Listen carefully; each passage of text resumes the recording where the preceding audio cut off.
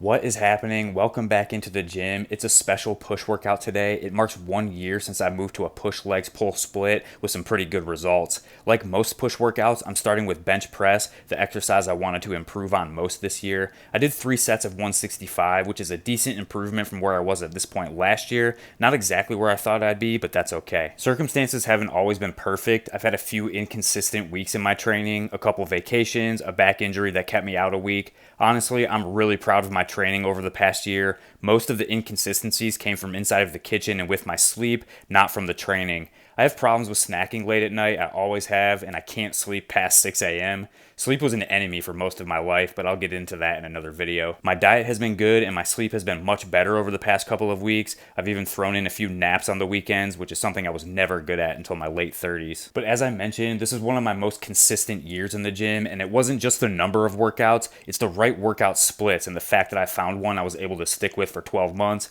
a split that kept me injury free and gave me more motivation and more excitement to get into the gym and to train hard. For most of my life, I trained 5, 6, and 7 days per week. I mean, how else would someone make progress, right? But the issue of believing that progress only came from training hard every single day was that that's just not the reality, at least not for me. I'm not a professional, I'm not a bodybuilder, I'm not on steroids, I'm not a freak of nature. I don't have access to the industry-leading recovery techniques. So inevitably, after a few weeks of training hard 6 days per week, came the fatigue and the injuries, the body fatigue, but also the mental fatigue. One thing I definitely overlooked is that recovery isn't just about your muscles. Sometimes your mind needs a break too. When every day is a hard training day, it can start to feel like another obligation instead of something you genuinely look forward to.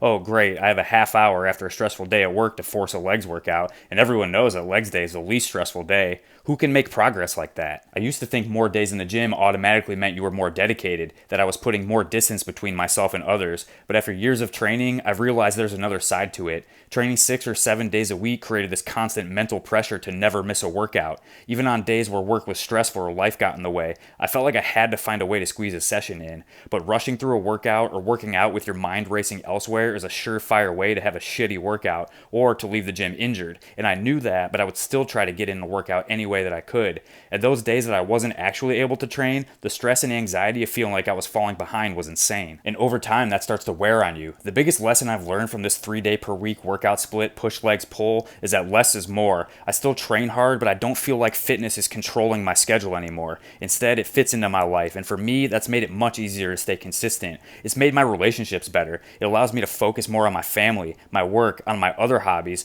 while still giving me structure in the gym. Another thing I didn't expect was how much more I was looking forward to each workout. When I was training 6 or 7 days a week, the gym almost became routine and robotic.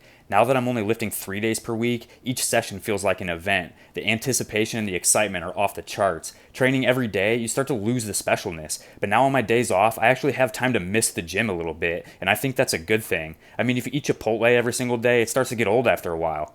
Well, that's a bad analogy. I don't think Chipotle would ever get old, but you know what I mean. Now, by the time my next workout comes, I'm ready to go. My body feels recovered, my mind is refreshed, and I'm genuinely excited to train instead of feeling like I'm just checking off boxes in a workout log. And that's going to do it for today's video. I cannot wait to see where I'm at in another year. I plan on sticking with push legs pull a few months longer, then maybe switching it up a little bit. But I would love to know your current workout split, so let me know down in the comments. And if you liked this video, let me know by giving it a thumbs up and watching the video that's up on the screen. And I'll see you back in the gym real soon, but not too soon.